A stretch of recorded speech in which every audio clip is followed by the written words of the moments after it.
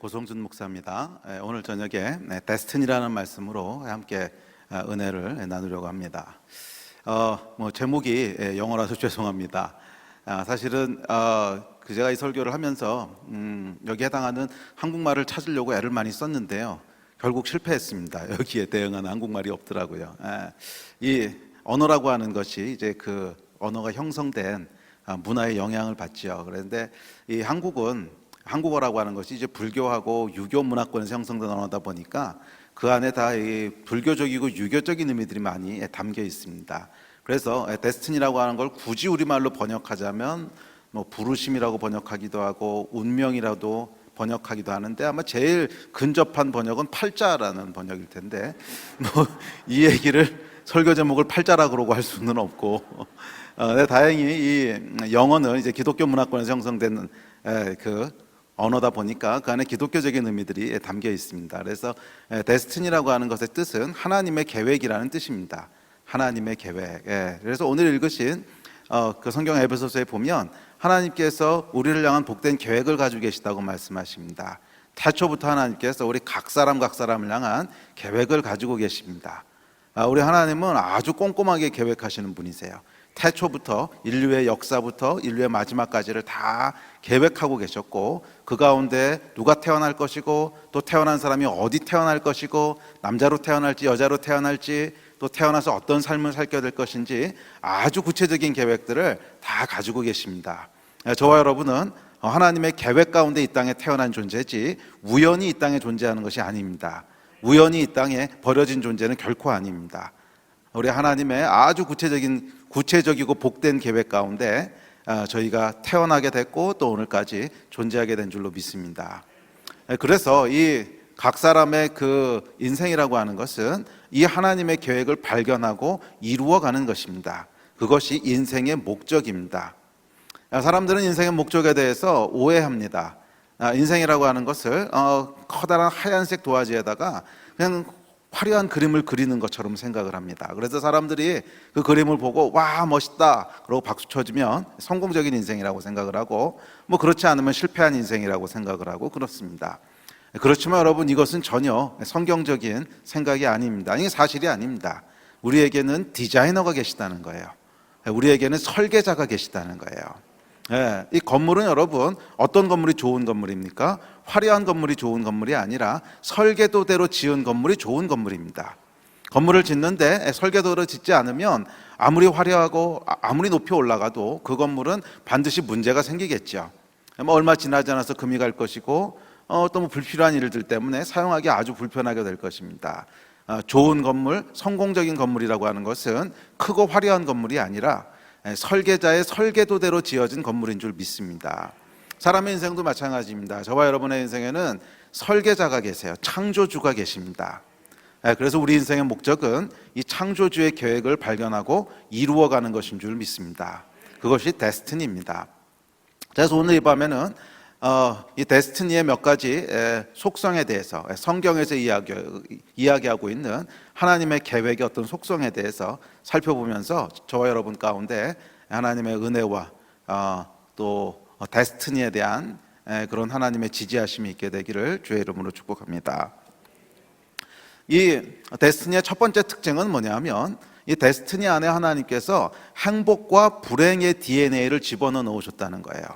행복과 불행의 DNA를 집어넣으셨다는 거. 그러니까 사람은 창조되기를 어떻게 창조됐냐면 하나님의 계획대로 그것을 발견하고 이루어가면 그 안에 행복이 올라오도록 그렇게 창조됐어요.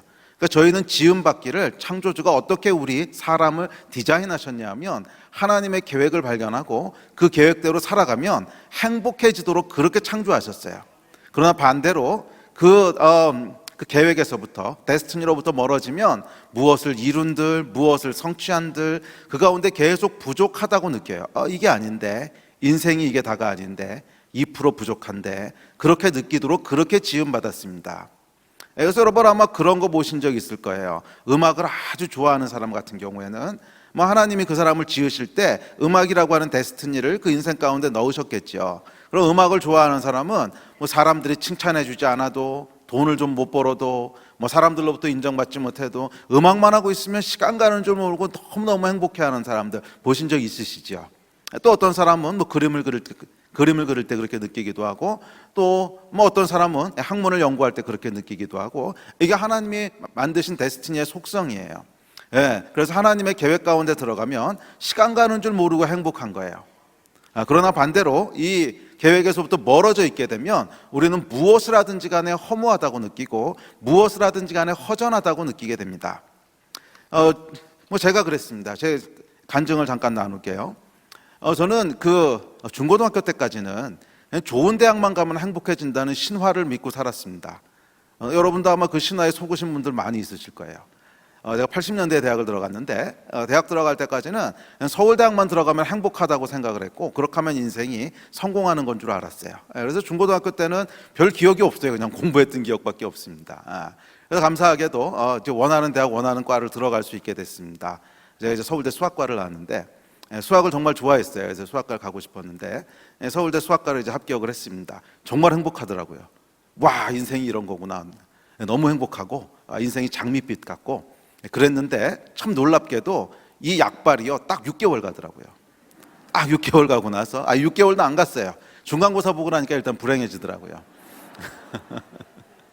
생각보다 서울대 출신들이 열등감들이 많습니다. 왜냐하면 그 대학에 들어가는 순간 한 번도 받아본 적이 없는 등수를 이제 받아야 되거든요. 제가 대학교에 들어갈 때 들어가면서 결심했던 게 있습니다. 결단했던 게 있는데 뭐냐면 들어가면 놀리라. 이게 제 결단이었어요. 6년 동안 그냥 공부만 했던 게 억울해가지고서 난 대학을 들어가면 1년 동안은 내가 하고 싶은 거 다 하면서 놀 거야. 말리지 마. 그러고 대학을 들어갔는데 뭐 부모님들도 안 말리죠. 대학 들어갔는데 누가 말리겠어요? 그래서 정말 실컷 놀았습니다. 실컷 놀아서 할 수 있는 걸 다 해봤어요. 근데 해봤는데 이게 참 노는 게 어렵더라고요. 아주 창의적인 아이디어가 있지 않으면 노는 게 참 어려워요. 노는 거에도 한계, 효용, 체감의 법칙이 있습니다. 이게 뭐냐면 놀수록 만족도가 떨어지는 거예요. 그래서 처음에는 한 이 정도 놀아주면 한 10의 만족도가 있었는데 다음에 이 정도 똑같이 놀아주면 만족이 떨어져요. 7, 8밖에 안 돼요.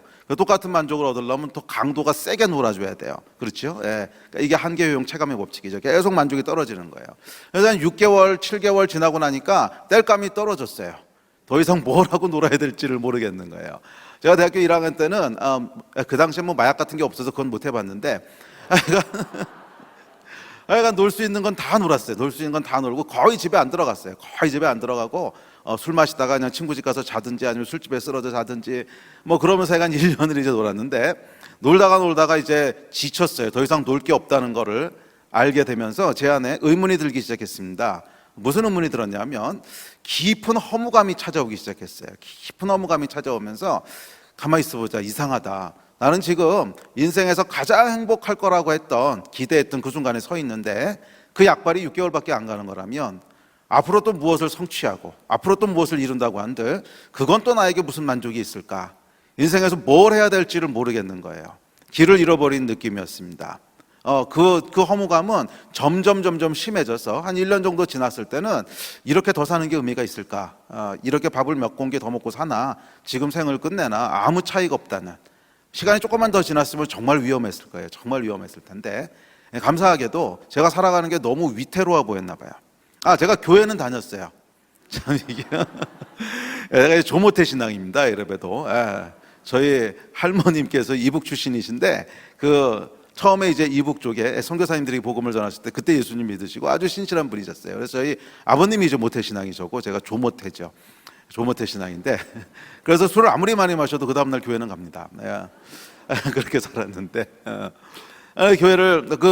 교회 선배 한 분이 제 삶이 너무 위태로워 보였나 봐요. 그래서 하루는 저를 붙잡아 앉혀놓고 이제 전도를 하기 시작했습니다. 굉장히 자존심이 상했습니다. 조모태 신앙인데 전도를 한다고 하는 게 이상하잖아요. 그래서 하여간 뭐 자존심이 상하든 말든 하여간 제가 너무 위태로워 보이니까 그 당시에 내가 술을 너무 많이 마셔서 이게 눈듯이 빨개가지고 다니고 핏줄 터져가지고 다니고 막 이러니까 위태로워 보였나 봐요. 그래서 앉혀놓고 복음을 전했는데 뭐 다 알던 얘기였습니다. 알던 얘기였는데 이제 그 앞에서는 쿨하게 돌아섰습니다. 나도 다 안다고. 그리고 집에 돌아왔어요. 집에 돌아왔는데 그날 밤에 자려고 누웠는데 잠이 안 오는 거예요. 계속 그 생각이 나는 거예요. 계속 그 생각이 나면서 할 수 없이 자지 못하고 일어나 앉았습니다. 일어나 앉아서 기도를 시작했습니다.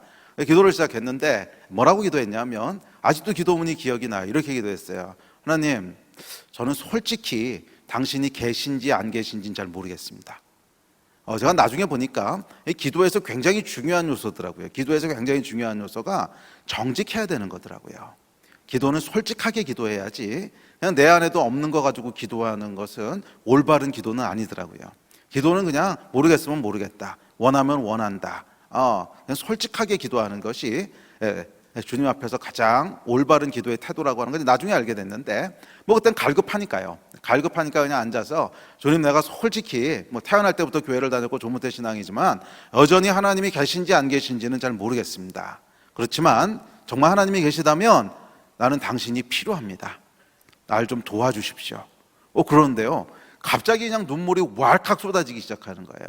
왜 우는지도 모르겠어요. 왜 우는지도 모르겠는데 나중에 들어보니까 이게 성령께서 임하신 거죠. 성령께서 임하셔서 눈물이 나기 시작하는데 한 두세 시간을 펑펑 운 것 같아요. 펑펑 울다가 잠이 들었습니다. 잠이 들고 아침에 일어났는데 정말 문자적으로 세상이 달라졌어요. 아침에 일어났는데 전혀 다른 세상이 있는 거예요. 저는 그 변화가 왜 일어났는지 아직도 설명이 안 돼요. 그냥 내 안에 성령께서 역사하셨다고 밖에는 설명이 안 돼요. 이 성령께서 우리 안에 임하시고 성령께서 우리 안에 역사하시기 시작하면 내가 생각할 수 없는 기쁨이, 내가 생각할 수 없는 인생의 의미와 목적들이 부어지게 됩니다. 영이라고 하는 것은 여러분, 인간의 가장 근원적인 어떤 생명인데, 이 영은 여러분 갈망을 주는 존재예요. 갈망을 주는 게 영이에요.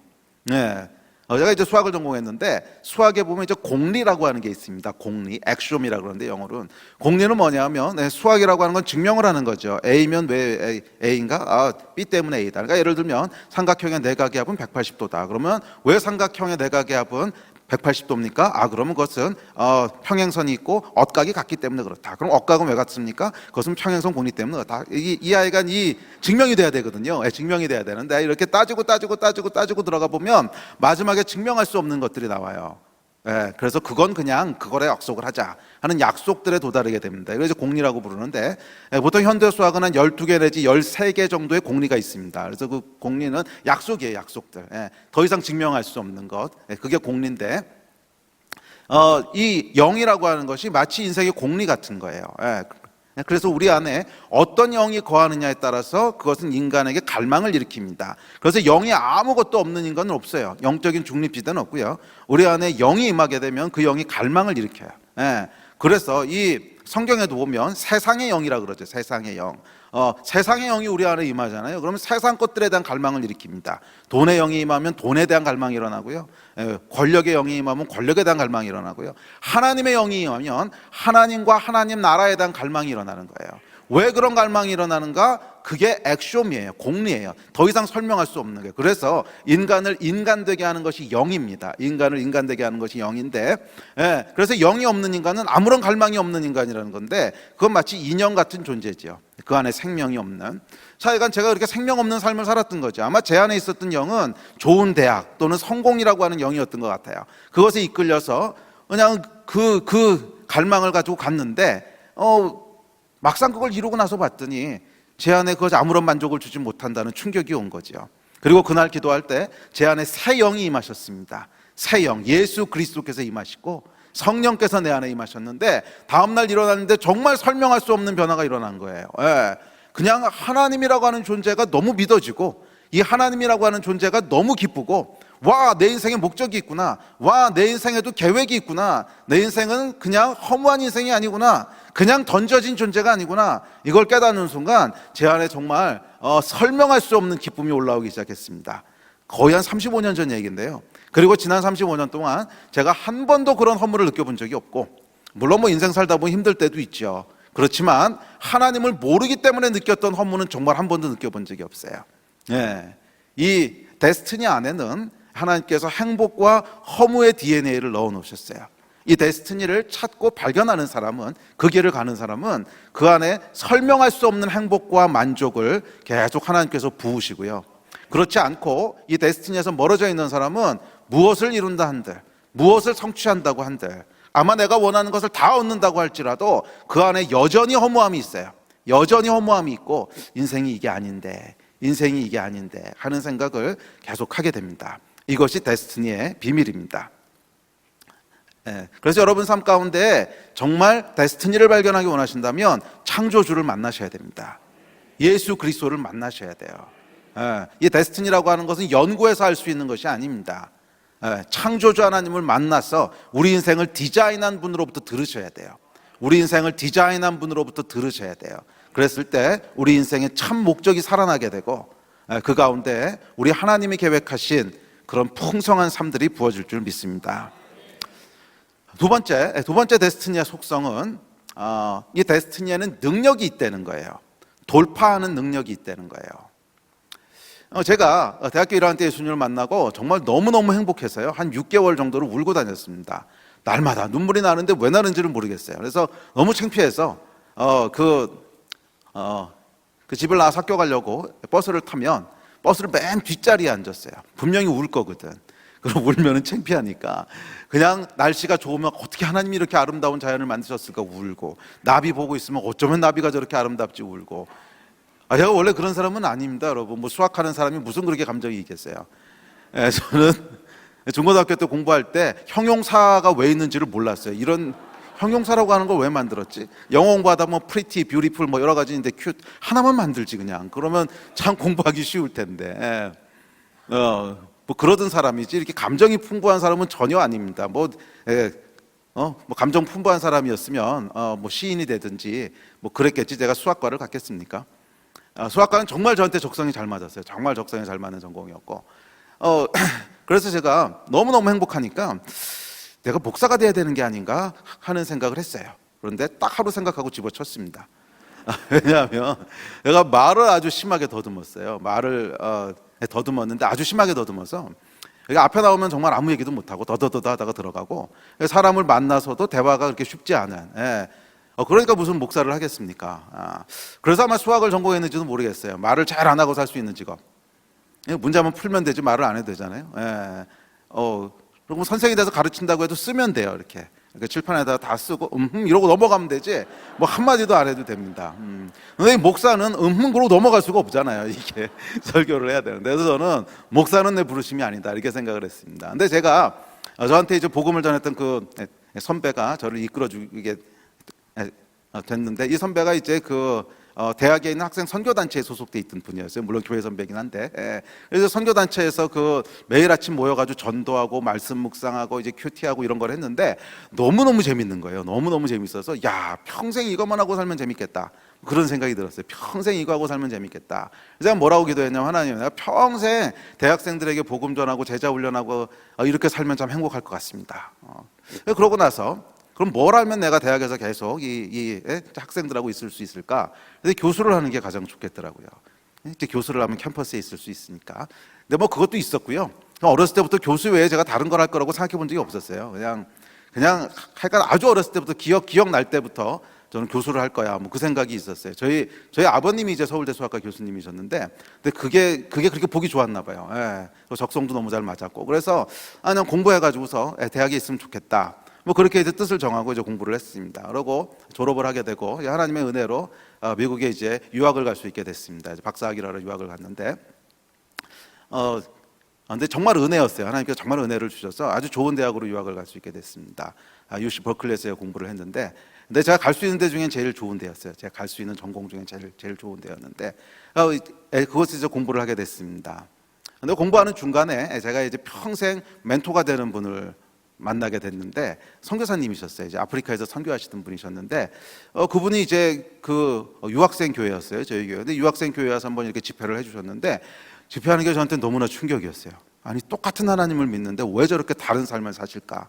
너무 저한테 그게 충격이었고 부럽고, 그래서 쫓아다니기 시작했습니다. 이분을 쫓아다니기 시작하면서 나오실 때마다 가서 찾아뵙고, 그러다가 이제 30년 동안 이제 멘토가 되셨습니다. 이재환 선교사님이라는 분이신데, 그래서 하여간 제가 이제 그분을 만나는 덕분에 선교사로 가고 싶다는 꿈을 꾸게 됐습니다. 그래서 학위를 마치면 그냥 한국으로 들어가지 말고 선교지로 들어가자. 뭐 선교지에도 대학은 있을 테니까 뭐 선교지 필요한 데 가서 거기서 평생 선교사로 살자. 이렇게 이제 집사람하고 헌신을 했습니다. 헌신을 하고는 이제 학위를 마치고 한국으로 들어오게 됐습니다.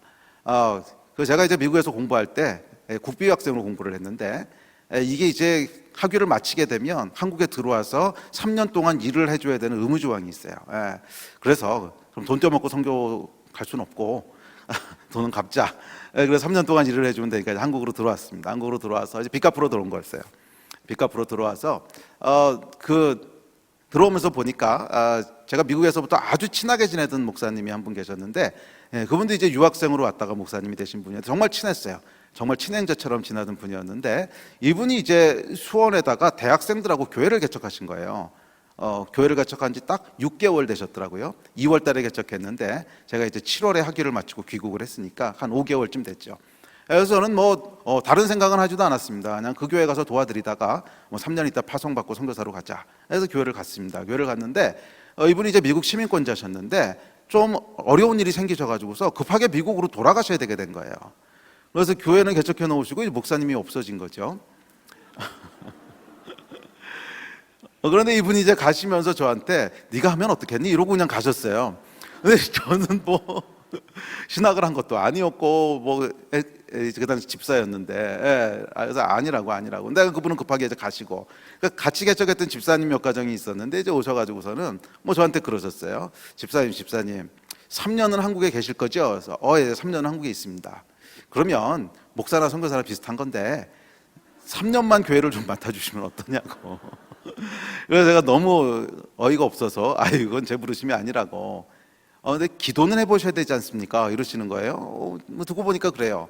기도는 해봐야죠. 그래서 알았다고 기도는 해보겠다고. 그래서 이제 기도원에 올라가게 됐습니다. 기도하러 기도원에 올라가면서 뭐라고 기도를 했냐면 주님, 제가 선교사로 가려고 지금 준비하고 있는데 아시잖아요. 근데 만약 목회를 해야 되는 게 하나님 뜻이면 알아듣게 좀 말씀해 주십시오.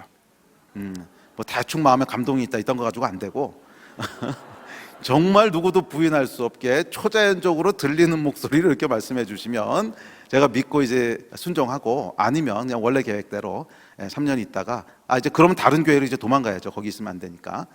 거기 아는 사람도 아무도 없는 데고 그냥 선배 목사님 때문에 갔던 데니까 그럼 이제 교회를 다른 데로 도망가서 잘 준비해서 선교사로 나가고 초자연적으로 말씀해 주시면 제가 목회를 하겠습니다. 그러고 올라갔어요. 올라가면서 제 안에 믿음이 있었습니다. 그런 음성은 절대로 들릴 리가 없다는. 저는 아주 보수적인 데서 신앙생활을 했습니다. 저를 처음에 전도했던 그 선교단체도 아주 보수적인 선교단체였고 성령의 역사에 대해서는 방언도 부인하고 이건 전부 다 아주 보수적인 데였어요. 그래서 저는 성령의 음성을 듣고 성령님의 인도하심 이런 거는 정말 한번 들어본 적도 없고 배워본 적도 없고 그냥 평생 성경 공부하고 제자 훈련하고 그냥 그러고 살았거든요. 그러니 평생 한 번도 안 들렸던 음성이 그때 들리겠습니까? 그래서 그런 일은 일어날 일이 없어. 그러고 올라갔는데 3일째 되는 날 제 평생 처음으로 하나님께서 특별하게 말씀하실 수 있다고 하는 것을 경험하게 됐습니다. 제 인생에는 굉장히 충격적인 경험이었어요. 제 모든 그런 패러다임들을 다 깨시는 그런 하나님께서 이제 말씀을 하셨는데 하여간 그 말씀이 저의 데스티니에 대한 거였어요. 데스티니에 대한 거였는데 너의 데스티니는 네가 선교주로 들어가는 것이 아니고 새로운 세대를 돕고 새로운 세대를 일으키고 그들을 준비시키는 트레이너라고 훈련관이라고 그 말씀을 주셨습니다. 그 말씀을 듣고는 하여간 굉장히 좀 혼돈스럽기도 하고 헷갈리기도 하고 그랬어요. 근데 어떡합니까? 이제 그렇게 말씀을 하셨으니까 내려왔습니다. 내려와서 교회 가서 집사님들에게 그 이야기를 나누고 사실 하나님께서 이거 하는 게 맞다고 하십니다. 그렇게 해서 여러분 정말 창졸간의 목회를 시작하게 됐습니다. 딱 일주일 걸렸어요. 이게 정말 말이 안 되는 결정을 한 겁니다. 저는 원래 이렇게 즉흥적인 사람이 아닙니다. 즉흥적인 사람이 어떻게 수학을 했겠습니까? 저는 플랜 B가 있어야 되고 플랜 B도 불안해서 플랜 C가 있어야 되고 그게 없으면은 이렇게 움직이지 못하는 사람이에요.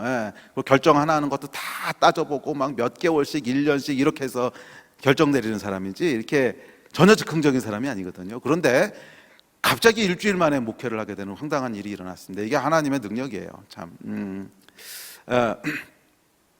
근데 아마 하나님께서 그럴 만한 이유가 있었던 것 같아요. 제가 말을 더듬었잖아요. 그래서 말을 더듬기 때문에 목회는 절대로 아니라고 생각을 하고 있었기 때문에 아마 하나님이 그렇게 말씀 안 하셨으면 정말 몰랐을 것 같아요.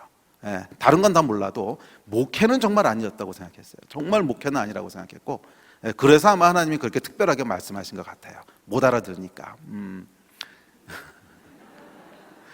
그래서 제가 창절간에 이제 목회를 시작하게 됐습니다. 그래서 제 첫 번째 직함이 뭐였냐면 담임 집사였습니다.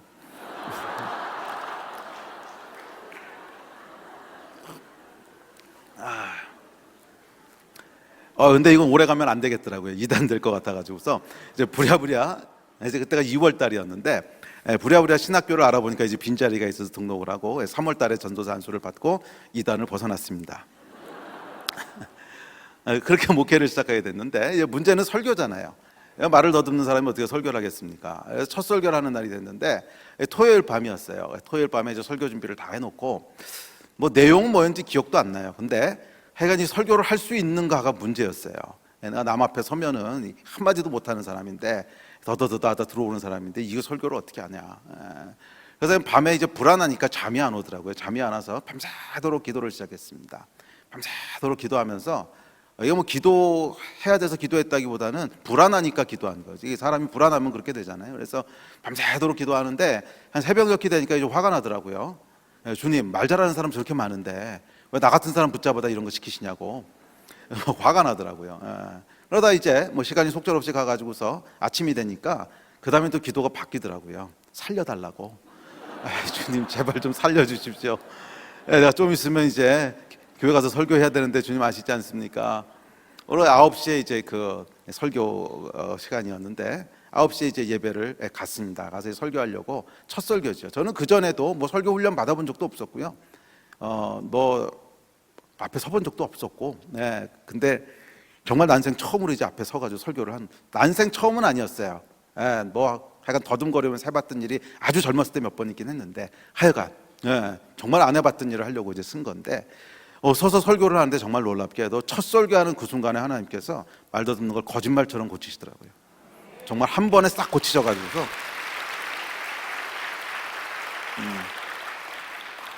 가장 놀란 건 제가 놀랐고요. 그 다음으로 놀란 건 집사람이 놀랐고 정말 거짓말처럼 하나님께서 한 번에 고치셔서 지난 21년 전 얘기인데 21년 동안 말 더듬는 것 때문에 한 번도 고생해 본 적이 없고요. 뭐 지금도 말 더듬는 줄 모르시겠죠. 그럼요. 오히려 말 빠르다고 사람들이 천천히 해달라 그러고 그렇습니다. 우리 하나님 참 좋으신 분이십니다.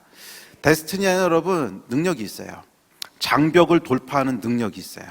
데스티니를 가로막고 있는 장벽이 있는데 데스티니에게 들어서면 그 장벽이 무너지는 능력이 있습니다.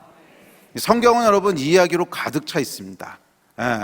이 모세의 때를 생각해 보면 모세가 이제 출애굽을 합니다. 백성들을 데리고 출애굽을 하죠. 근데 이들에게는 데스티니가 있었습니다. 애굽을 빠져나와서 약속의 땅으로 가는 거죠. 그런데 애굽을 빠져나와서 보니까 그 앞에 홍해가 가로막고 있습니다. 홍해가 어떻게 됐죠? 갈라졌어요. 홍해가 이들의 데스티니를 가로막지 못했다는 거예요. 근데 또 여호수아 때가 됐습니다. 여호수아는 이 백성을 이끌고 요단강을 건너가서 약속의 땅을 정복해야 되는 데스티니가 있었어요. 그런데 요단강을 건너가서 보니까 그 앞에 큰 성이 버티고 있었습니다. 여리고성이죠. 여리고성은 여러분 굉장히 큰 성입니다. 사실은 난공불락의 성이었는데 이 성이 어떻게 됐습니까? 무너져 버렸어요. 이들이 무너뜨린 거 아니었어요. 그냥 돌기만 했는데 하나님께서 무너뜨려 버리셨어요. 이게 여러분 데스티니의 능력인 줄 믿습니다. 이것은 모세와 여호수아뿐만이 아니라 모든 사람에게 해당하는 능력인 줄 믿습니다. 저는 이 일에 대한 증언자입니다. 이 가운데 뭐 저뿐만이 아니라 누구든지 여러분 가운데 누구든지 여러분을 향한 데스티니를 알고 발견하고 그 데스티니로 발을 떼서 들어가시면 발을 떼서 들어가는 순간 그 앞에 홍해가 있으면 갈라질 것이고 여리고가 있으면 무너질 거예요. 하나님이 하시겠다고 하는 걸 누가 막겠어요? 데스티니의 능력은 하나님의 계획이라는 거예요. 사람의 일은 막힐 수도 있어요. 뭐 사람의 일은 능력이 부족해서 막히기도 하고 재수가 없어서 막히기도 하고 사람의 일은 막힐 수 있지만 하나님이 하시겠다고 하는 걸 누가 막겠어요? 그래서 여러분 데스티니에는 아무도 막을 수 없는 능력이 있어요. 홍해가 있으면 갈라지는 것이고 여리고가 있으면 무너지는 거예요. 그것이 데스티니의 능력인 줄 믿습니다. 이 데스티니를 막을 수 있는 것은 나 자신밖에 없어요. 나 자신.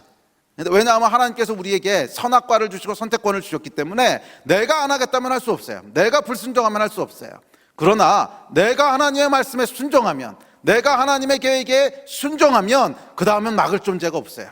그 다음엔 사람도 막을 수 없고 마귀도 막을 수 없고 장벽도 막을 수 없고 여리고도 막을 수 없고 홍해도 막을 수 없고 아무도 막을 수 없는 이 돌파의 능력이 데스티니 안에 있는 줄 믿습니다. 이 능력을 경험하신 여러분 되시기를 주의 이름으로 축원합니다.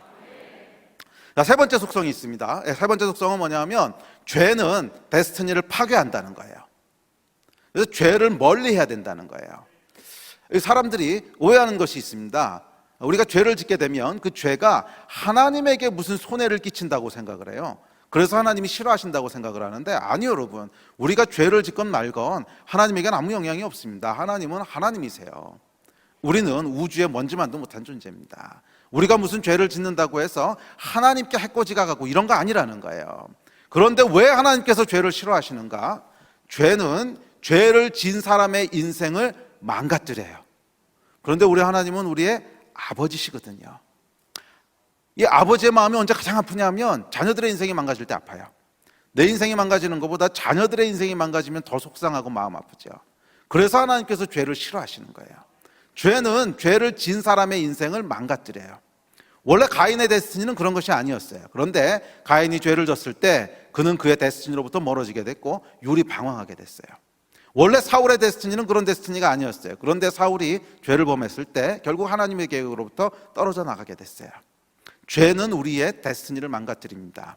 그래서 여러분, 거룩함은 사실은 하나님 앞에서 거룩함을 지키는 것은 우리에게 복이 되는 거예요. 나 자신에게 복이 되는 것입니다. 간증을 하나 나눌게요. 제가 이제 미국에서 그 논문을 쓸 때였습니다. 박사학위 논문 쓸 때였는데 그 학위를 받는 이제 프로세스가 이렇습니다. 논문을 다 쓰게 되잖아요. 그러면 디펜스라 그래가지고서 교수들을 이렇게 모아놓고 그 발표를 합니다.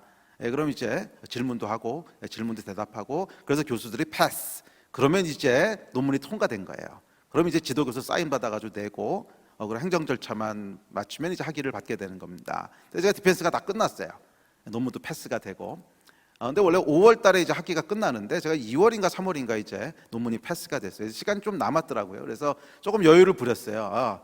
뭐 지금 급하게 사인 받아낼 거 없으니까 그동안 밀렸던 일도 좀 하고 그러면서 한 달 정도 시간을 보냈습니다. 한 달 정도 시간을 보내고 시계를 보니까 달력을 보니까 이제 사인 받아야 될 때가 됐어요. 지도교수를 찾아갔습니다. 사인해 달라고. 그래서 사인해서 이제 파일하고 갖다 내고 학위 받아가지고 이제 한국으로 돌아오면 되는 겁니다. 이제 그러려고 갔는데 지도교수가 잠깐 앉아보라 그러는 거예요.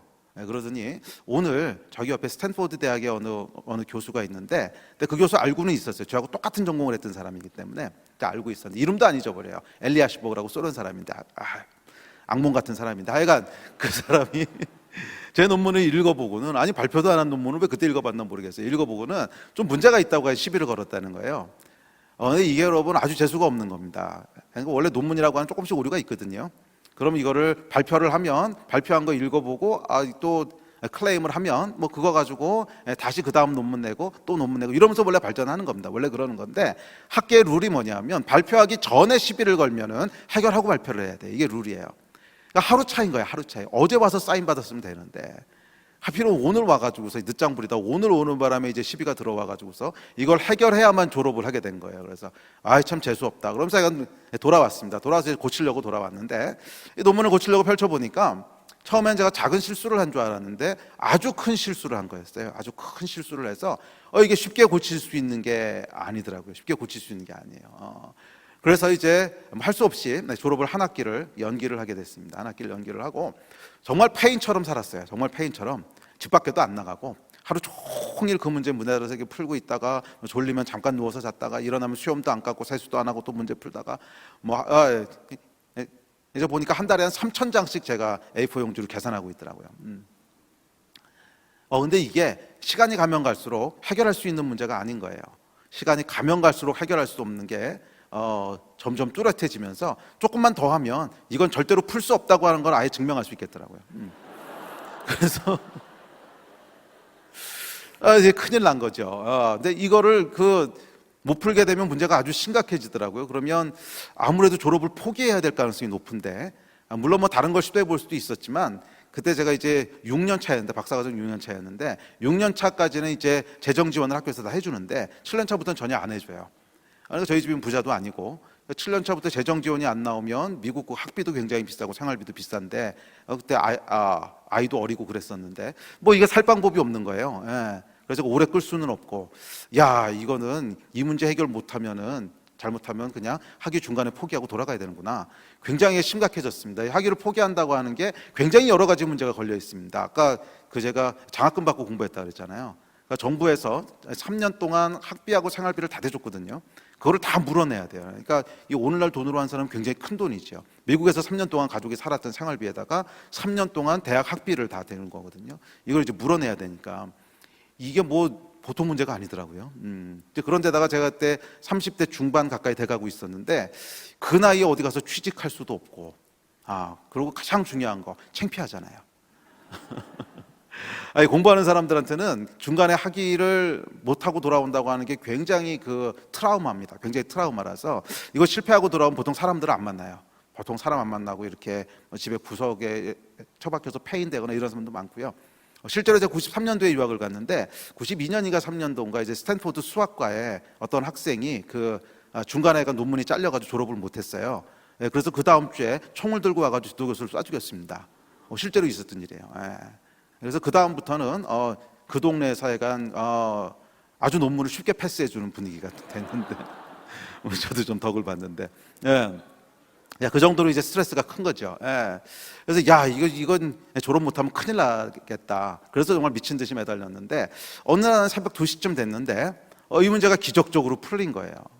할렐루야, 너무 감사합니다. 그래가지고 이메일을 막 썼습니다. 그 시비 걸었던 엘리아시버그라는 교수한테 막 이메일을 써서 보내고 자려고 누웠는데 한 3시쯤 누웠는데 하도 그 생각만 하고 있다 보니까 계속 머리가 멈추지 않고 돌아가는 거예요. 잠은 안 자고. 그래서 자야 되는데 근데 잠은 못 자겠고 계속 그 생각을 하다가 아침 한 7시쯤 됐는데 스스로 틀린 걸 또 찾아냈어요.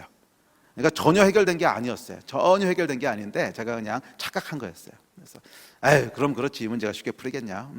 그러고 잤는데 자고 한 12시 1시쯤 일어났어요. 일어나가지고서 이메일을 체크하려고 켰는데 이메일이 온 거예요. 답장이 왔는데 축하한다고 답장이 온 거예요.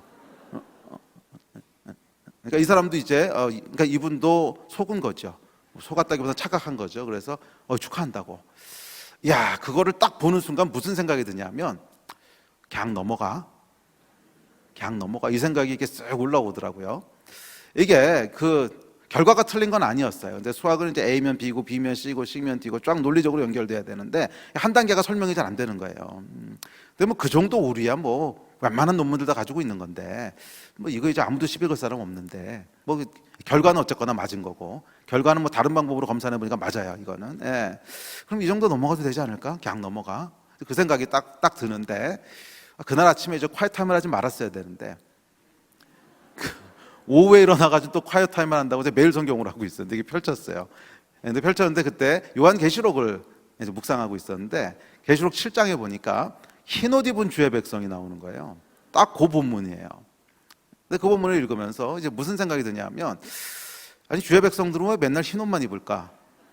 검은 옷도 있고 회색 옷도 있고 많은데 그 생각을 하는데 제 안에 이렇게 그림 하나가 딱 떠오르는데 어떤 그림이냐면 하얀색 와이셔츠에 잉크방울 하나가 딱 떨어지는 그림이었어요. 그러면서 하나님께서 뭐라 그러시냐면 이 검은 옷이나 회색 옷은 대충 볼펜이 묻어도 거기에 이제 무슨 색깔 뭔지 잘 안 보이지만 이 흰 와이셔츠에는 아주 작은 잉크방울 하나 눈에 띄지 않냐? 나는 내 백성이 죄에 대해서 이렇기를 원한다. 그 말씀을 하시는 거예요. 여러분, 말씀이 참 무서워요. 이 콰이어 타임이라고 하는 게 여러분 정말 무서워요. 정확하시더라고요. 왜 하필 그날 그 본문이었고 정확하더라고요.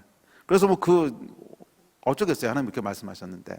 그래서 차를 몰고 학교를 갔습니다. 학교를 가서 지도교수 방에 들어갔더니 지도교수가 잘했다고 이제 이메일 같이 보낸 거죠. 저하고 지도교수한테. 그래서 잘했다고 이제 졸업하라고. 근데 이제 그 앞에서 이실직고를 쭉 이렇게 했습니다. 그래서 사실은 그게 아니고 이러저러 해가지고 사실은 해결된 게 하나도 없는데 뭐 그분도 착각하신 겁니다. 그랬더니 뭐 지도교수야 자기 일 아니니까 알았다고 그냥 가서 조금 더 해보라고. 그래서 문을 열고 나오는데 제 안에 이제 어떤 생각이 들었냐면 다 끝났다. 그 생각이 든 거예요. 6개월, 한 7, 8개월을 제가 그 한 문제에 매달렸던 건데 이제 더 이상 해볼 게 없는 거예요. 그러니까 해봐야 이제 나올 것도 없고 이건 도저히 풀 수 없는 문제고 다 끝났다. 그냥 짐 싸가지고 한국으로 돌아가자. 네. 그리고 제가 어차피 그때 이제 선교지로 들어갈 생각을 하고 있었기 때문에 뭐 선교지로 들어가기로 했는데 오늘 박사학위 없으면 어떠냐. 예. 그래서 끝났다고 생각하고 이제 집으로 돌아왔습니다. 근데 집으로 돌아오는데 그 차 안에요.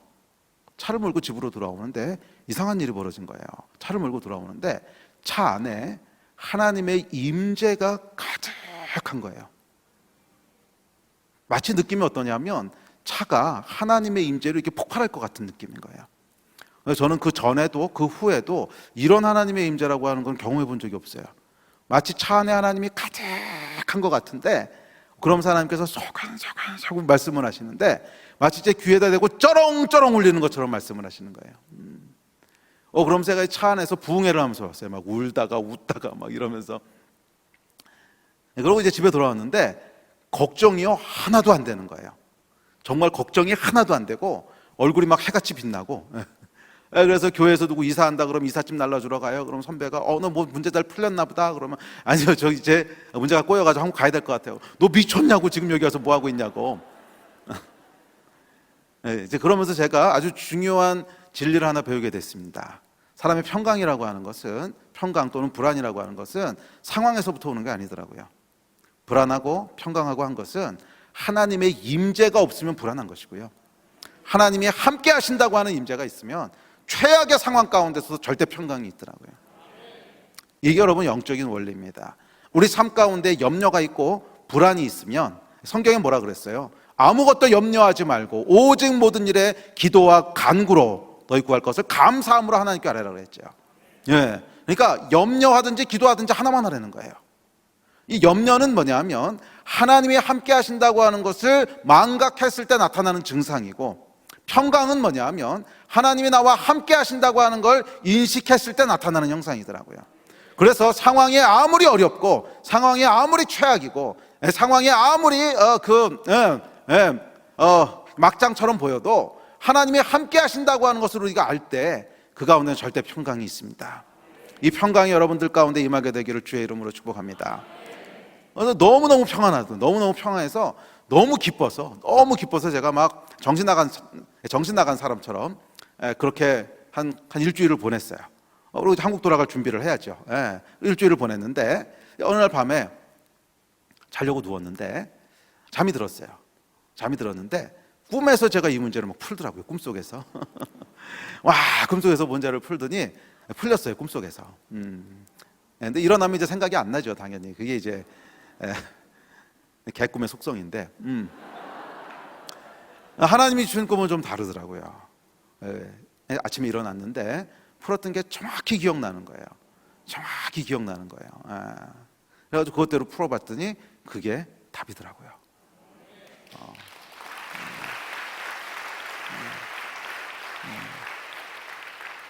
그래서 저는 정말로 하나님의 은혜로 졸업을 했습니다. 뭐 제 능력이었으면 벌써 끝내고 돌아왔어야 되는데 정말 하나님의 은혜로 뭔가 필요가 있으셨나 봐요. 그래서 제가 디펜스를 다시 했습니다. 교수들을 모아놓고 쭉 프레젠트를 했더니 우리 그 지도수가 푼 걸 보더니 근데 제가 알아요. 이거는 사람의 방법으로 풀 수 있는 건 절대로 아니었어요. 제가 어떤 도형을 하나 찾았어야 되는데 이 도형을 그냥 도형이 아니고 제가 연구했던 게 이제 4차원 도형에 대한 연구인데 4차원 도형을 하나 찾아야 되는데 이게 도저히 찾을 방법이 없는 거예요. 도저히. 근데 꿈에서 그 도형을 본 거거든요. 그래서 그려보니까 정확히 답이었어요. 그러니까 도형만 찾으면 되는 건데 찾을 방법이 없어서 불가능하다 이제 생각한 거죠. 근데 찾으면 그 도형인지는 이제 검사해 보는 건 쉬워요. 그러니까 지도교수가 이렇게 보더니 정말 기가 막히게 그걸 찾았는데 어떻게 찾았냐고. 오라지 그때부터 간증을 시작했습니다. 사실은 밤에 꿈을 꿨는데 하나님께서 보여주셨고 막 했더니 웃고 말더라고요. 이 사람 안 믿는 분인데 지금도 안 믿으실 거예요. 제가 이 학위 논문 디펜스 하면서 간증했던 아마 유일한 사람이 아닐까. 그래서 하여간 졸업을 하게 됐습니다. 여러분 이 거룩함이라고 하는 것은 사실은 율법이 아니에요. 거룩함이라고 하는 것은 하나님이 일하실 수 있는 통로더라고요. 그렇죠, 여러분. 하나님이 어딘가 임재하셔서 일하시려고 할 때 일하실 수 있는 환경이 갖춰져야 되지 않겠습니까? 죄가 관영한데 하나님이 그곳에 오셔서 일하실 수는 없잖아요. 네? 죄와 거짓과 불의가 우리 인생 가운데 해결되지 않은 채 있는데 거기 하나님이 임하셔서 일하실 수는 없잖아요. 죄와는 함께 하실 수 없는 분이시거든요. 그래서 하나님께서 우리 인생 가운데 일하실 때 요구하시는 것이 있어요. 내가 네 인생 가운데 개입해서 일할 텐데, 네가 생각하지 못했던 내 능력을 행할 텐데 내가 일할 수 있는 환경을 만들어라. 내가 일할 수 있는 환경을 만들어라. 그게 뭐냐 하면 거룩함이에요. 죄를 멀리하는 거예요. 죄와 싸우되 여러분 피 흘리기까지 싸워보십시오. 우리 삶 가운데 거룩함을 지키는 이 싸움을 싸울 때 그 나머지는 하나님이 행하세요. 저는 이 일에 대한 증언자예요. 우리가 거룩함을 지키는 싸움을 싸울 때 원수를 무찌르는 건 하나님께서 하십니다. 싸움은 하나님께서 싸우십니다. 전쟁은 하나님께 속한 것입니다.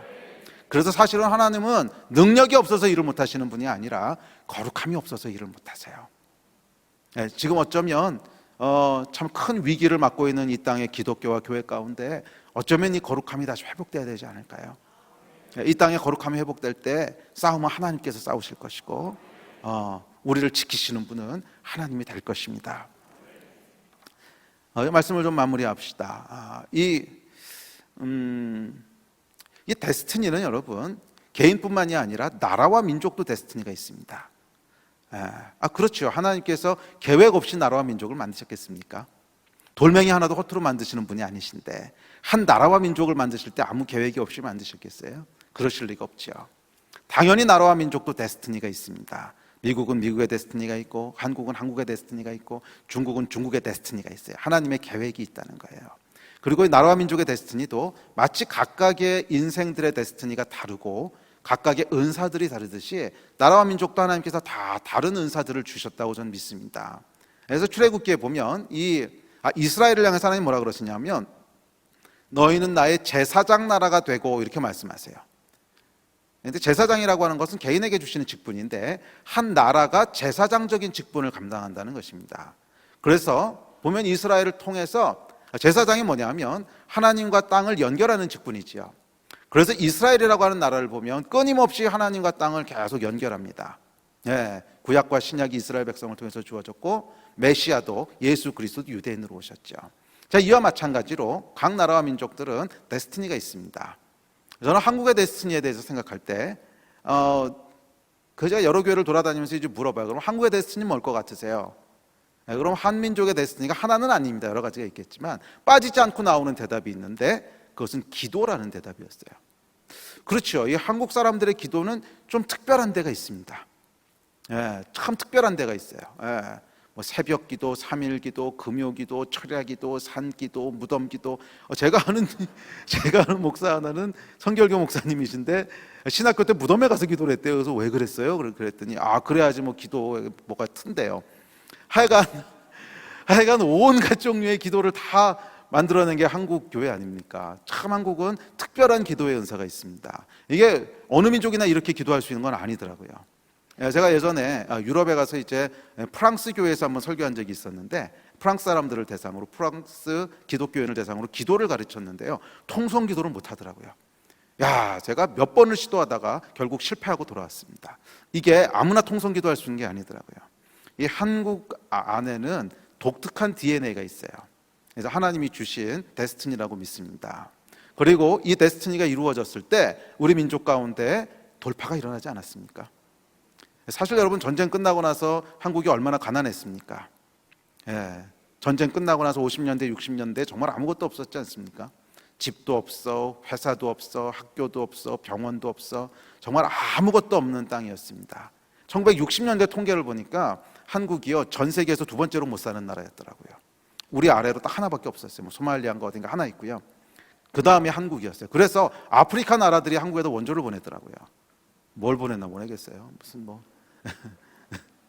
바나나 보냈는지 하여간 그 정도로 가난했는데 1970년대 들어서기 시작했어요. 여러분 한국이 비로소 데스티니에 들어서기 시작합니다. 기도하기 시작한 거예요. 한국 교회 가운데 기도의 불이 일어나기 시작하고, 새벽마다 교회들이 기도하기 시작하고, 산마다 기도원이 세워지기 시작하고, 기도 소리가 끊이지 않고 울려 퍼지게 됐습니다. 그랬을 때 여러분, 돌파의 능력이 일어났잖아요. 홍해가 갈라지고 여리고가 무너지지 않았습니까? 도저히 불가능하다고 생각했던 가나안이라고 하는 장벽이 무너지고, 도저히 불가능할 거라고 생각했던 교회들이 부흥하기 시작하고, 1980년대 여러분 여의도 광장에 100만 명이 모여서 세계 선교를 서원했을 때 사실은 넌센스였습니다. 여권도 발급되지 않는 나라, 가난한 나라, 80년대까지 굉장히 가난했지 않습니까? 먹을 것도 없는 나라, 보릿고개, 그런 나라가 10만 선교사를 보내겠다고 서원했을 때 사실은 사람들 눈에는 불가능한 일이었고 우스운 일이었지만, 그 뒤에 어떻게 됐습니까? 기도의 불이 일어나기 시작했을 때 실제로 하나님께서 이 일을 가능하게 하시고, 지금 전 세계에서 10번째로 잘 사는 나라가 되게 하시는 기적을 일으키지 않았습니까? 이게 여러분 우리나라와 우리 민족이 경험한 데스티니의 돌파의 은혜인 줄 믿습니다. 그런데 참 슬프게도 세월이 흐르면서 이 기도의 불들이 쫙 꺼져가는 것을 보게 됩니다.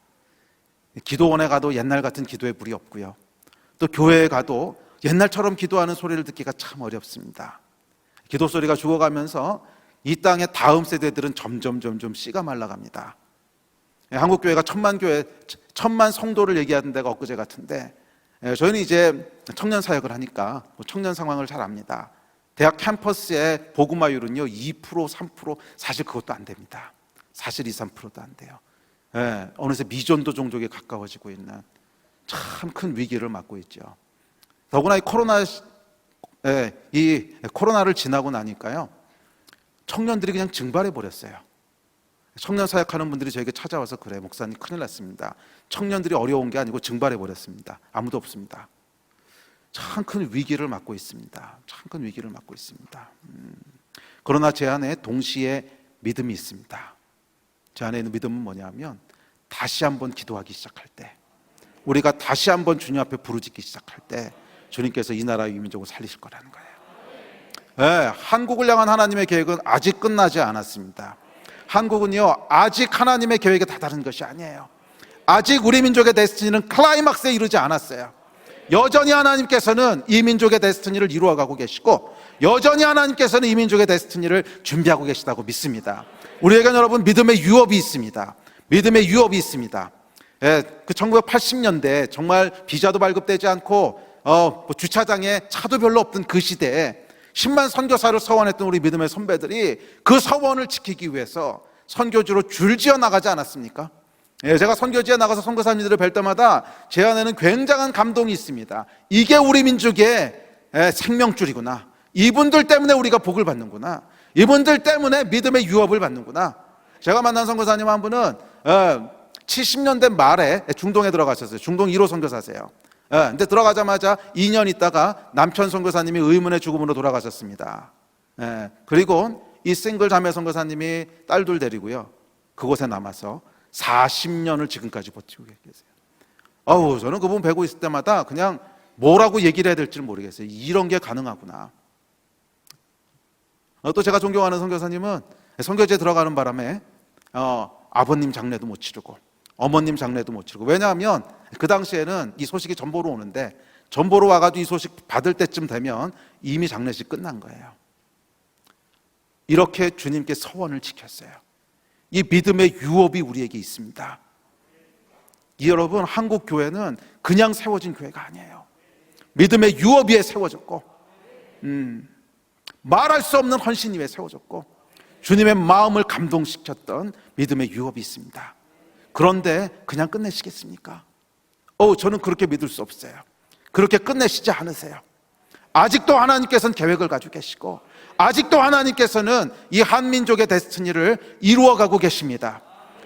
아직 이 땅의 교회는 클라이막스에 이르지 않았어요. 더 놀라운 하나님의 계획이 있으시고, 더 놀라운 하나님의 영광이 있으시고, 모든 열방 가운데 복음을 실어 나르는 그 일을 다시 한번 감당하게 될 것이라고 믿습니다. 언제? 기도할 때. 기도의 불이 다시 살아나야 되지 않겠습니까? 이 나라와 민족을 향한 기도가 다시 한번 일어나야 되지 않겠습니까? 이 나라와 민족을 향한 기도의 불이 일어날 때 다시 한번 하나님께서 돌파의 능력을 행하시고 이 나라와 이 민족을 세우실 줄 믿습니다. 반주 좀 부탁드릴게요. 이 밤 여러분, 이 나라와 민족을 위해서 한 번만 기도합시다. 우리 아까 시작할 때도 기도했지만 제 안에는 이 나라와 민족을 하나님께서 다시 한번 쓰실 거라고 하는 불같은 열망이 있습니다. 아직 끝나지 않았어요. 아직 끝나지 않았습니다. 이대로 하나님 멈추시지 않으세요. 이 나라와 이 민족은, 한민족은 믿음의 유업이 있는 민족입니다. 순교자의 피 위에 세워진 교회고, 말할 수 없는 헌신 위에 세워진 교회고, 남편 잃고 아들 잃더라도 복음을 위하여 그 나라를 떠나지 않고 40년을 버텼던 이 선교사님들의 유업이 있는 나라예요. 이 나라 하나님 포기하지 않으세요. 이 민족 하나님 포기하지 않으십니다. 우리가 기도할 때, 우리가 기도하게 하나님 기다리고 계신 거예요. 이 민족이 합심하여 기도할 때 다시 한번 하나님께서 데스티니의 시계를 가게 하실 것이고, 우리가 이전에 보지 못했던 영광을 다시 보게 하실 줄 믿습니다.